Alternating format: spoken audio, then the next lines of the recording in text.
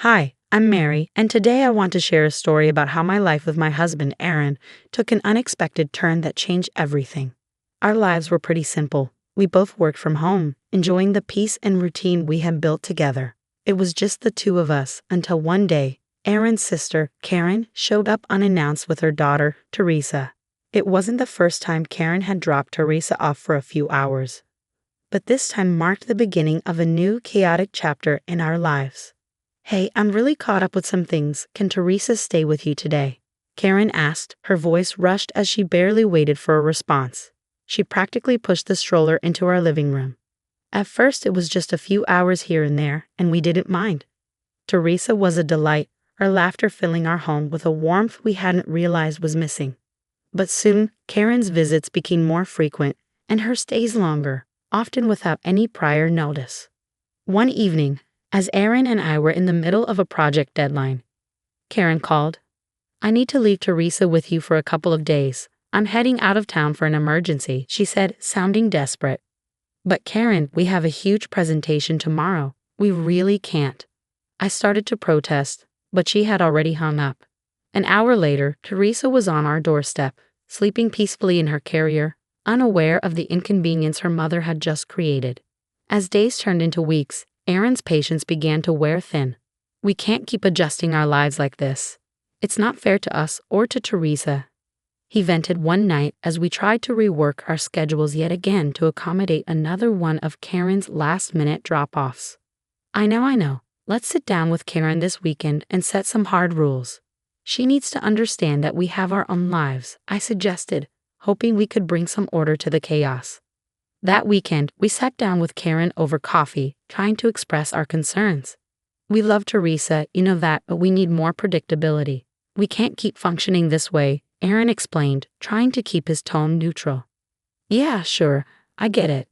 I'll try to give you more heads up next time," Karen replied nonchalantly, brushing off the seriousness of our request. Despite our conversation, nothing changed. Karen's promises to plan better were empty, and Teresa's surprise stays continued, straining not just our schedules but our marriage too. Every time Karen called, my heart sank, knowing the disruption each call brought with it. Our story was turning into a cycle of frustration and makeshift solutions as Aaron and I struggled to balance our unexpected role as part-time parents with our professional responsibilities. But through it all, our bond with Teresa only grew stronger. Her presence was a silver lining in the storm that had become our daily lives. As the weeks turned into months, I realized that despite the challenges, Teresa had become a part of our family in a way we never expected. But little did we know, the real storm was yet to come, one that would test us in ways we couldn't imagine. We were wrapping up at a conference when my phone exploded with notifications, frantic texts from our neighbor, and several missed calls from an unknown number. My stomach sank as I stepped outside to call back. "You need to come home now. There's a serious situation with Teresa." Our neighbor's voice trembled through the phone. Aaron and I rushed home, our minds racing with worst-case scenarios. As we pulled up, our usually quiet street looked like a scene from a drama show, with police cars and a social services vehicle parked outside our house. My heart dropped. "What's going on?" "We're Teresa's aunt and uncle," Aaron said as we approached the officer in charge. "We received a call about a child left unattended. Can you explain why the child was alone?" The officer questioned sternly. Before we could answer, Karen burst through the crowd, her face a mix of panic and anger. "This is all a misunderstanding. I just left her for a little bit. They're always home." "Karen, what were you thinking? We were at a conference. We told you," I said, trying to keep my voice steady despite the anger bubbling inside. The social worker stepped forward, her expression serious. "We need to sort this out properly. It's clear there's been neglect." "No, you don't understand. Teresa is not our child." "We didn't even know Karen was going to drop her off today," Aaron interjected, his voice firm. The social worker took notes while the police talked amongst themselves. Karen stood there, shifting from foot to foot, her usual defiance replaced with a nervous twitch. "Look, we take care of Teresa a lot, but there was no arrangement for today. Karen knows we have professional commitments," I explained, hoping to shed some light on the chaos. The officer nodded. "We'll need to verify all these details. For now, we need to ensure Teresa is safe." As they spoke, I couldn't help but I glanced over at Teresa, who was being held by another officer. Her small face was filled with confusion and fear, and my heart ached to see her like that, caught in the middle of an adult mess. After hours of discussions and calls, the immediate crisis was diffused. The officers and social worker eventually left, but not before making it clear that a follow-up visit was on the horizon. Karen apologized half-heartedly before leaving, but the damage was done. I can't believe she just left Teresa like that. What if something had happened? Aaron said, his face etched with worry after everyone had gone. We need to do something, Aaron. We can't let this happen again. Teresa could have been seriously hurt. I replied, my mind racing with the implications of the day's events. Yeah, we need legal advice. We have to protect Teresa, and frankly, ourselves too. This can't go on, Aaron agreed, his usual calm demeanor replaced by a resolve I hadn't seen before. As we settled back into the quiet of our home, the events of the day replayed in my mind. It was clear that our informal arrangement with Karen had to end. For Teresa's sake, and for our peace of mind, we needed a solid plan, one that would ensure her safety and our legal protection. But as I watched Teresa sleeping peacefully in her temporary crib, unaware of the turmoil around her, I knew this was just the beginning of a long and complicated journey. We need to talk about Teresa's future, Aaron said as we met with a family lawyer the following week. We're considering foster care or even adoption if that's what's best for her.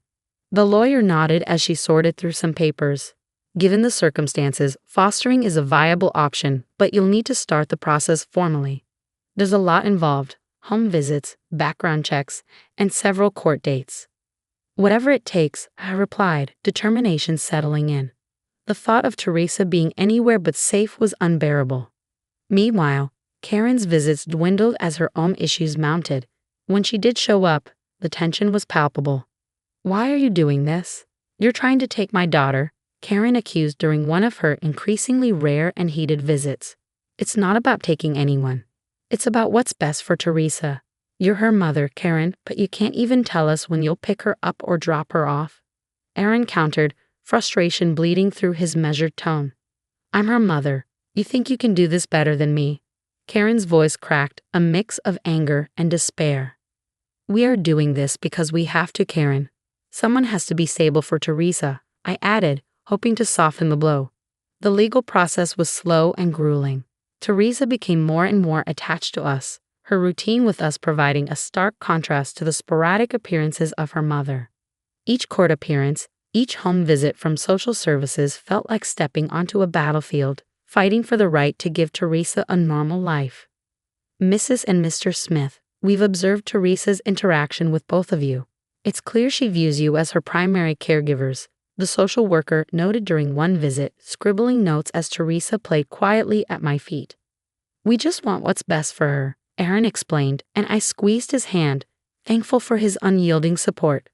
As the court date approached to decide Teresa's future, Karen seemed to unravel further. You can't take her from me. I'll fight you, she warned over the phone one evening. We don't want to fight, Karen. We want Teresa to have a stable home. Why can't you see that this is bigger than any of us? I tried to reason with her, but it felt like talking to a wall. The day of the ruling, we sat in a courtroom, hands intertwined, the weight of the past months bearing down on us. Karen was there, looking worn and defeated. The court has decided to grant temporary custody to Mary and Aaron Smith, with the possibility of moving towards adoption if conditions do not improve for the biological mother, the judge finally declared. Relief washed over me, tinged with sadness for Karen. As we walked out of the courthouse, Karen approached us. Take good care of her, that's all I asked, she said, her voice soft and resigned. We will, Karen. We promise, Aaron replied, compassion in his voice. As we drove home, the sun was setting in a brilliant display of oranges and reds. I looked at Teresa in the rearview mirror, her eyes sleepy but content. The road ahead would be long and perhaps never easy, but as long as Teresa was with us, it felt right. Her laughter filled the car, a sound now as essential as air, and in that moment I knew we had made the right decision, no matter how hard it had been to get there. Let's get this room fixed up for Teresa. She deserves a space of her own, Aaron said as we surveyed the guest room, now destined to become Teresa's nursery. Paint samples and fabric swatches were spread out on the floor, a kaleidoscope of potential. I think she'd love this sunshine yellow. It's bright and happy, just like her, I suggested, holding up a swatch. Aaron nodded, and we set to work transforming the room into a haven for Teresa, assembling furniture and decorating the walls with cheerful decals. As we worked, our conversations often drifted to Karen and how we could facilitate a healthy relationship between her and Teresa. It's important for Teresa to know her mother, no matter what's happened, I mused, smoothing down a decal. Absolutely. I'll reach out to the social worker and set up a schedule for supervised visits. We need to ensure it's structured and safe. Aaron agreed, his voice firm but thoughtful. The first supervised visit was set for the following week at a local park. Karen arrived looking nervous but hopeful. Teresa ran toward her, a small giggle escaping as she flew into her mother's arms. "It's good to see you, Teresa," Karen whispered, hugging her tightly. "I've missed you so much." "We've set up some ground rules, Karen. It's important that these visits are positive for Teresa," I said, watching them closely. "I understand. I don't want to cause any more trouble.